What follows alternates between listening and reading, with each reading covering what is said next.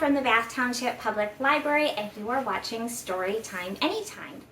We always start our story time with the same hello song, and while we sing, we're going to do a couple of the words in American Sign Language. The first word we're going to do is hello. So you're going to put your hand to your forehead just like this and lift it up and away just like you're saluting. That's how you say hello in American Sign Language. The next word we're going to do is friends. So you're going to take your two pointer fingers, and they are best friends, and so they're going to give each other hugs. Are you ready to sing hello? Hello, friends. Hello, friends. Hello, friends. It's time to say hello. We're going to sing it one more time. Hello, friends. Hello, friends. Hello, friends. It's time to say hello. All right, let's read some stories together. So it's spring here, and we're going to read some books about bunnies that like to eat vegetables that are growing in gardens. So for our finger play, we're going to do 5 green peas. You show me 5 fingers. 5 green peas in a pea pod pressed. You make a tight fist. 1 grew, 2 grew, and so did all the rest. Those peas grew and would not stop until that pea pod had to go pop. We do it one more time. 5 green peas in a pea pod pressed. 1 grew, 2 grew, and so did all the rest. Those peas grew and would not stop until that pea pod had to go pop. Good job. Our first story is called No Nibbling, and this is written by Beth Ferry, and it's illustrated by A.N. Kang, and this is published by Roaring Brook Press. One warm spring day, Derwood planted a garden. Dig, hoe, seed, sow, water, wait, and grow. It can take a long time for a garden to grow. Do you see someone else watching the garden grow? Who do you see watching the garden?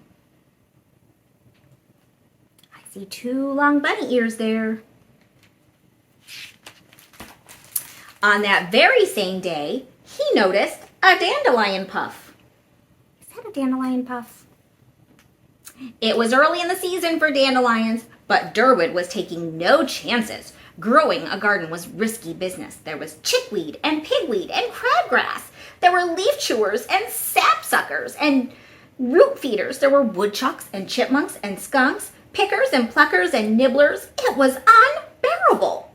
Although when he thought about it, bears had never really given him a problem. So these are all the things he wants to stay out of his garden. Anything that's going to eat his vegetables, any weeds. And I think he definitely does not want that puffball there.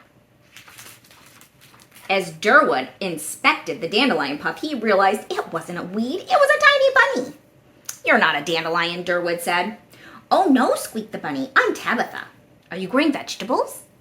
Vegetables, Derwood repeated. Nonsense. I'm conducting a very scientific dirt experiment. Very brown, very boring, no vegetables growing here. Not one. Aw, shucks, said the bunny. And Derwood firmly shut the garden gate, and then he hurried home to sort his pest control books by color. He left her by the keep out sign.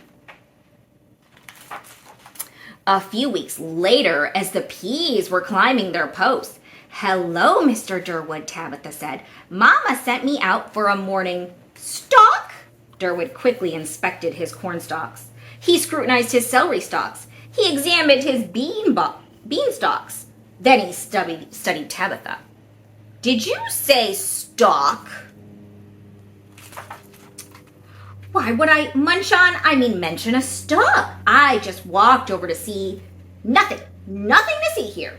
If you'd like to see something, I suggest you head on over to the very far away berry patch. They'll have something to see.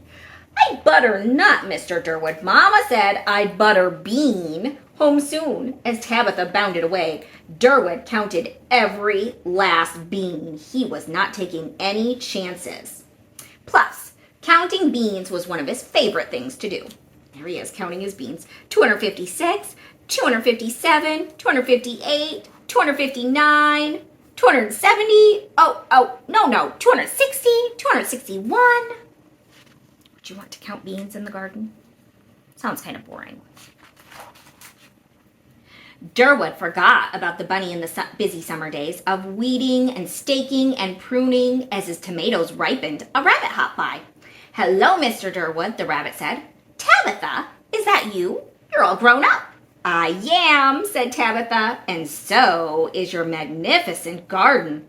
"I know, isn't it wonderful?" "Wait 1 minute, did you just say yam?" No.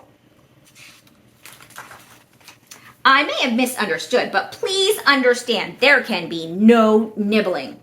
"Okie dokie," said Tabitha. "Let us talk about something else." "Did you just say lettuce?" "Of course not. I said let us talk about the weather." She looks very innocent, doesn't she? I'm sure she's not mentioning vegetables or thinking about nibbling on them. Durwood loved talking about the weather. He was an expert on clouds and hadn't had a satisfying conversation about precipitation in a very long time. Growing a garden was lonely work, and despite that twitching nose, Tabitha seemed like a good listener. Her ears were big enough. Plus, she seemed to know a lot about vegetables. "I do think it's going to rain tomorrow," Durwood said. "Those nimbus clouds look promising." Do you see any shapes in the clouds? What do the clouds look shaped like? Do you see a carrot and a pepper? Maybe a tomato and a radish? "Ooh," said Tabitha, "I love a good squash in the rain." "Did you just say squash?" "Heavens no, I said I love to wash in the rain, don't you?" "Goats don't really enjoy the rain," Durwood admitted, "but it is good for the garden." "Rabbits don't really care it one way or another." "Excuse me, did you just say carrot?" "Oh, Mr. Durwood, why would I say crunchy, delicious carrot?" Said Durwood. "Isn't it time for you to be getting home? I have a few things to do." "I beat you do," said Tabitha. "Are you here to eat my beets? State your intentions, herbivore." "Lima nothing but a friendly rabbit hoping for some nice, refreshing conversation. You are turniping my words all around." Durwood turned as red as his tomatoes, followed by an alarming shade of eggplant. I think he's on to her. "Romaine, calm, Mr. Durwood. Please sit down and rest yourself." "Rest myself? Durwoods don't rest. I must weed the rutabaga." "You rest, Mr. Durwood, and I'll weed the rutabaga." Durwood could not believe his ears, which were not all that much smaller than Tabitha's. "Did you just say you would weed?" "Indeed." So Durwood rested, relaxed, reclined. Look, he took a nap. He's reading a book and listening to some music, and secretly rejoiced as Tabitha weeded his garden. "Weeds are tricky," Tabitha complained. "Lots of things in a garden are tricky," Durwood agreed. "Oh, look at this one. I wish..." "No!" "But my wish," Tabitha whispered. "Weeds aren't wishes," Durwood scoffed. "Plus, I can make your wish come true." "How?" said Tabitha. "How could you know what my wish is?"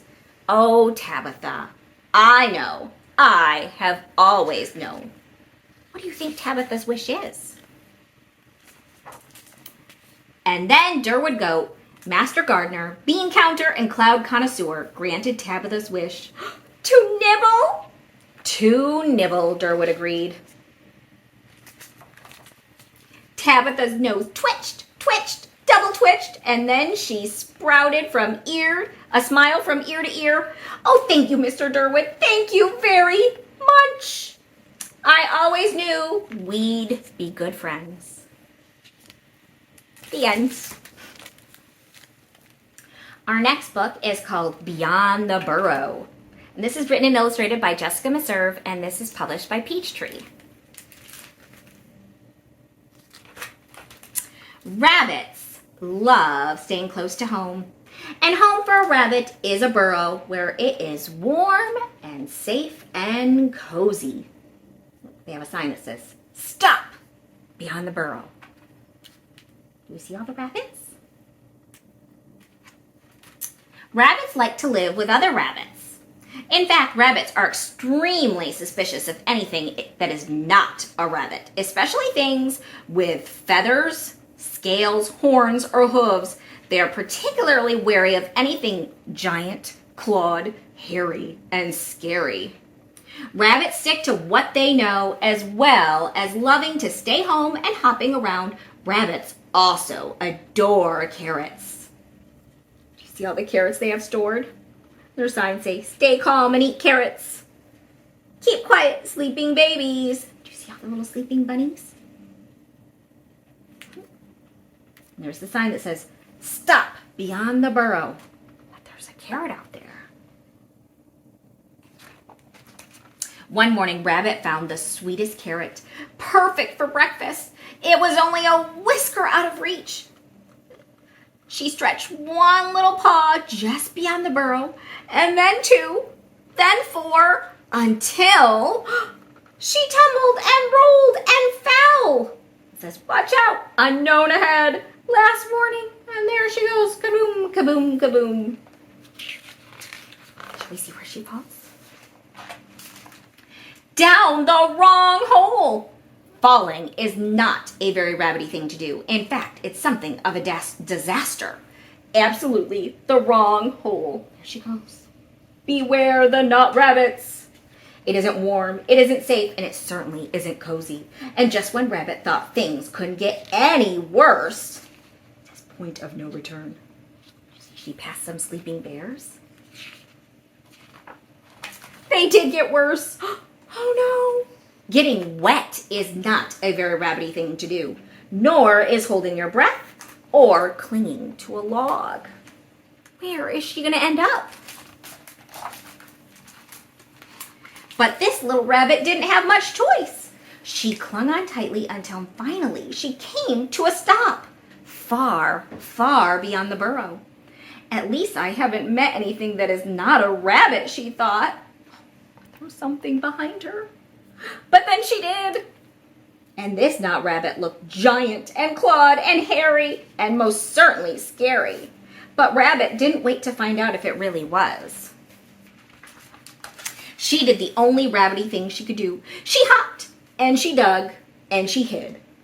This was not at all like home. It was cold and damp and frightening, and Rabbit's paws ached, and soon her tummy started rumbling. What if the not rabbit is hungry too, she thought. What if it eats me for breakfast? I don't think anteaters eat rabbits. Oh, but it didn't. It's offering her something to eat with its long tongue. In fact, it left something behind. It was not a carrot. Rabbit was very suspicious, but she was also very, very hungry, and she took one nibble. It was the most delicious thing she had ever tasted. Then Rabbit had a very new and very bold thought. Maybe not rabbits and not carrots are okay after all. But how could she find out for sure? Just then, she heard strange sounds coming from above. Rabbits are not usually brave, and they don't usually climb, but it had been a non-rabbity kind of day. So up Rabbit went. And when she reached the top, she said, "Thank you." "You're welcome," said the not rabbit. It was giant, clawed, and hairy, but not so very scary. There were other not rabbits in the trees too, some with horns, like the goat, and hooves, and some with beaks and feathers, and others were fur, teeth, scales, and tails. What kind of animals do you see? There's a monkey and a turtle. This is called a pangolin. Some birds. I think that's a different kind of monkey. Ooh, and there's a little lizard.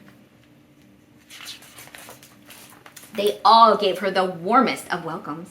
They even offered their favorite snacks, so Rabbit did something kind in return. She showed them how to hop.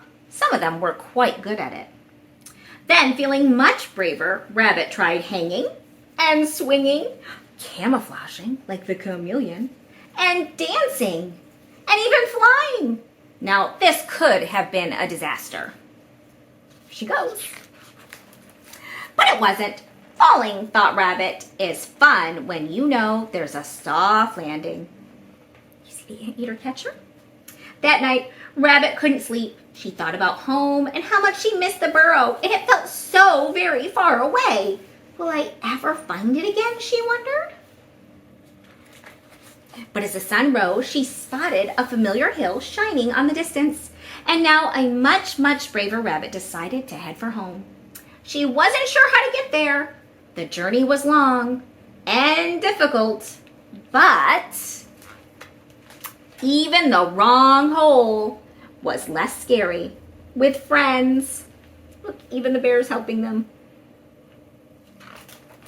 As Rabbit led the way bounding toward the burrow and the sweet scent of carrots, she thought things couldn't get any better.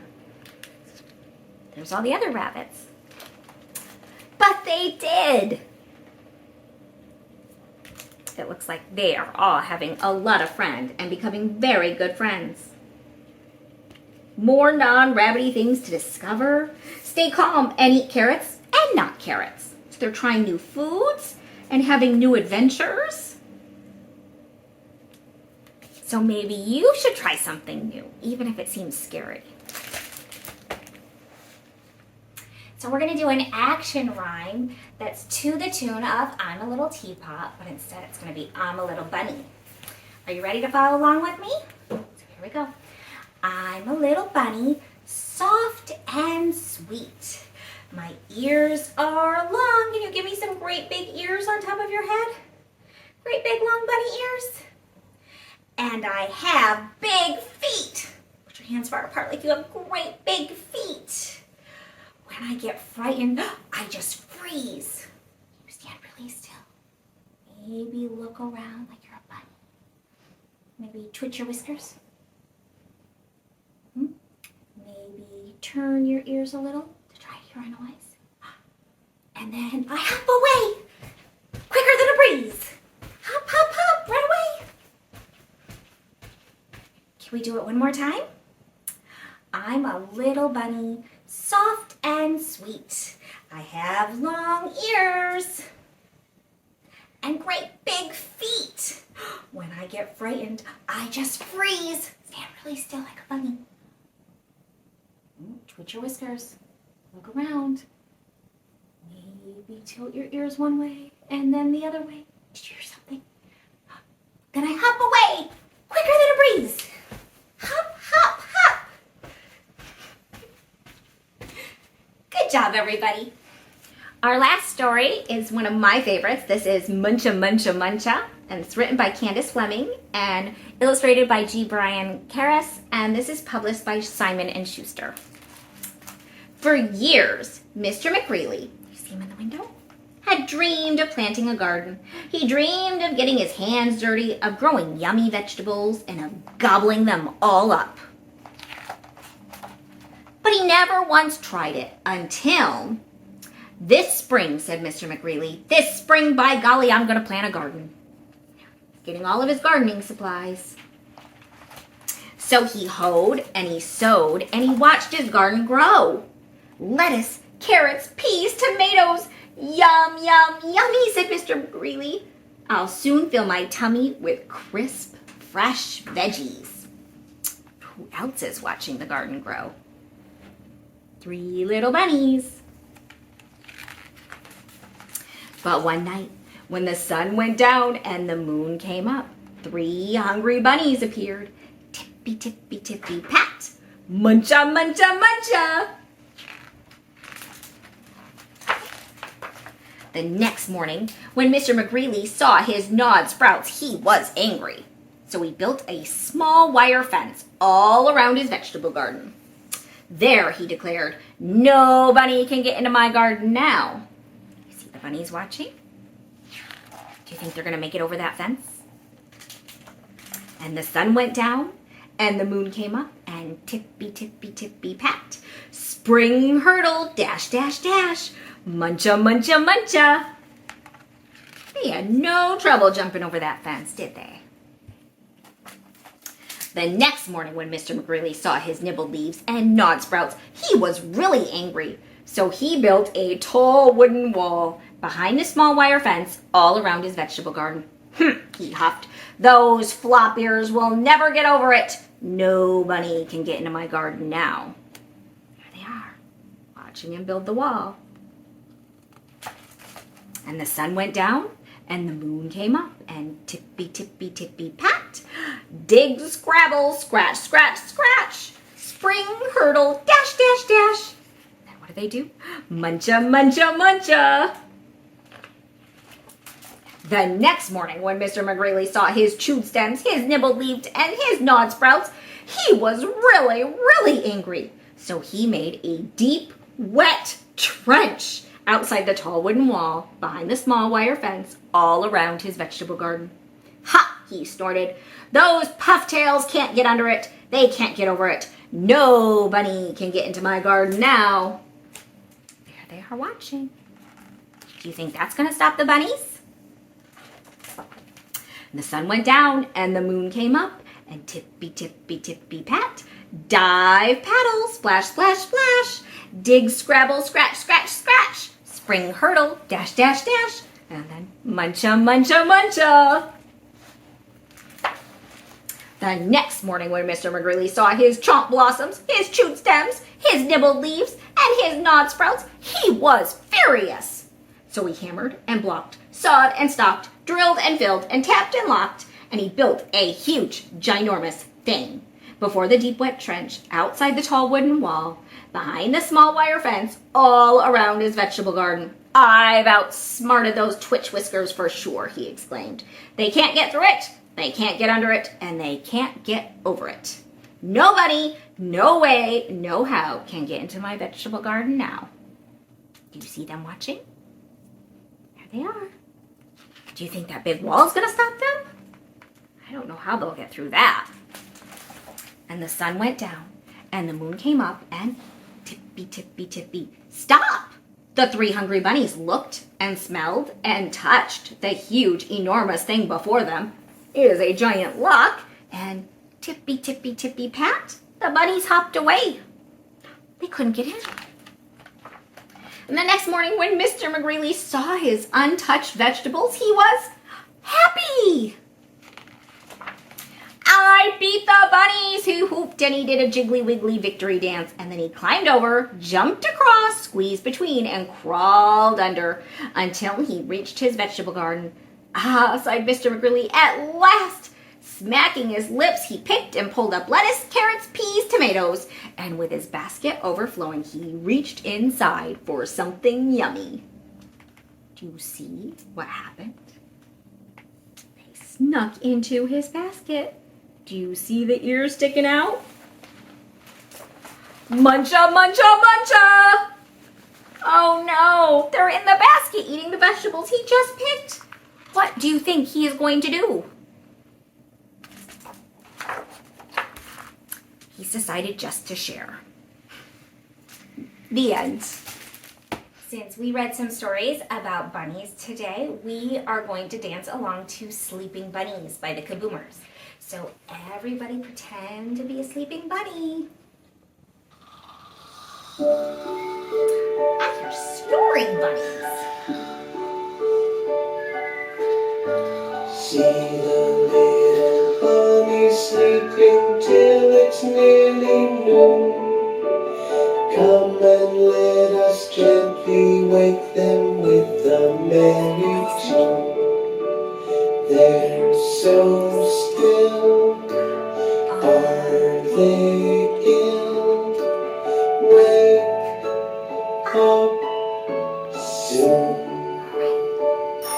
Under the alarm. Ready? Wake up! Hop little bunnies, hop, hop, hop. Hop little bunnies, hop, hop, hop. Hop little bunnies, hop, hop, hop. Hop little bunnies, hop, hop, hop. Wake up little bunnies, hop, hop, hop. Hop little Everybody bunnies, hopping? hop, hop, hop. Wake up little bunnies, hop, hop, hop. Hop little stop. Oh, we're gonna go back to sleep.